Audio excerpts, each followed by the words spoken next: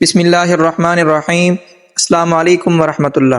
ایک بھائی سوال کرتے ہیں کہ شب برات کا ایک روزہ رکھنا ہوتا ہے یا دوسرا بھی ساتھ رکھا جائے گا، اور اس روزے کی نیت کیسے کرنی ہوتی ہے، پلیز رہنمائی کر دیں۔ دیکھیے، شب برات کے متعلق ابن ماجہ میں حضرت علی رضی اللہ تعالی عنہ سے ایک روایت موجود ہے۔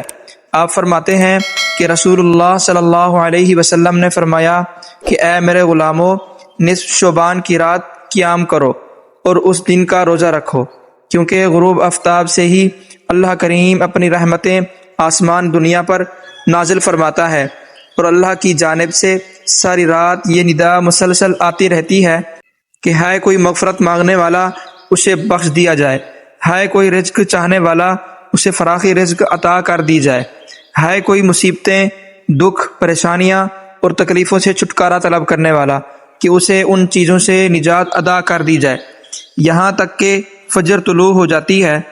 تو اب اگر اس حدیث پاک میں دیکھا جائے تو رسول اللہ صلی اللہ علیہ وسلم نے نصف شعبان کی رات کا قیام اور دن کا روزہ رکھنے کی ترغیب دی ہے، یعنی کہ ایک ہی روزہ کی ترغیب ہے۔ ہاں، اگر کوئی بندہ 15 شعبان کے ساتھ 16 شعبان کا بھی روزہ رکھنا چاہتا ہے تو رکھ سکتا ہے، اس میں کوئی حرج نہیں ہے۔ 14 اور 15 شعبان کا رکھنا چاہے تو بھی رکھ سکتا ہے۔ اسی طرح جتنے مرضی نفل روزے رکھنا چاہے رکھ سکتا ہے۔ یاد رہے، 15 شعبان کا روزہ رکھنا بھی یہ نفل روزہ ہے۔ شعبان کے مہینے میں جتنے زیادہ نفل روزے رکھیں اتنا ہی اچھا ہے، کیونکہ شعبان کے مہینے میں رسول اللہ صلی اللہ علیہ وسلم رمضان کے علاوہ بقیہ مہینوں کی نسبت سب سے زیادہ روزے رکھا کرتے تھے۔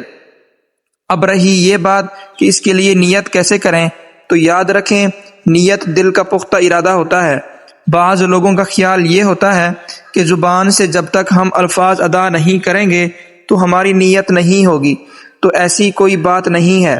شریعت میں ایسی کوئی پابندی نہیں ہے کہ آپ نے زبان سے ہی نیت لازمی کرنی ہے، بلکہ اصل نیت آپ کا دل کا ارادہ ہے۔ جب آپ نے رات کو نیت کر لی کہ میں صبح 15 شعبان کا روزہ رکھوں گا، تو صبح اٹھ کر سحری بھی کر لی، تو بس یہی نیت ہے، اسی سے ہی آپ کا روزہ ہو گیا ہے۔ اگر آپ نے رات کو نیت نہیں کی تھی لیکن صبح اٹھ کر ارادہ کر لیا روزہ رکھنے کا، تو بھی نیت ہو گئی، کیونکہ نیت تو دل کا پختہ ارادہ ہے۔ جب آپ کے دل کا ارادہ ہے کہ میں نے 15 شعبان کا روزہ رکھ رہا ہوں، تو یہی نیت ہی ہے، اس کے لیے کوئی خاص الفاظ نہیں ہے، اور ان الفاظ کے ساتھ ہی آپ کی نیت کرنی ہے۔ امید ہے بات سمجھ آ گئی ہوگی۔ اللہ پاک عمل کرنے کی توفیق عطا فرمائے۔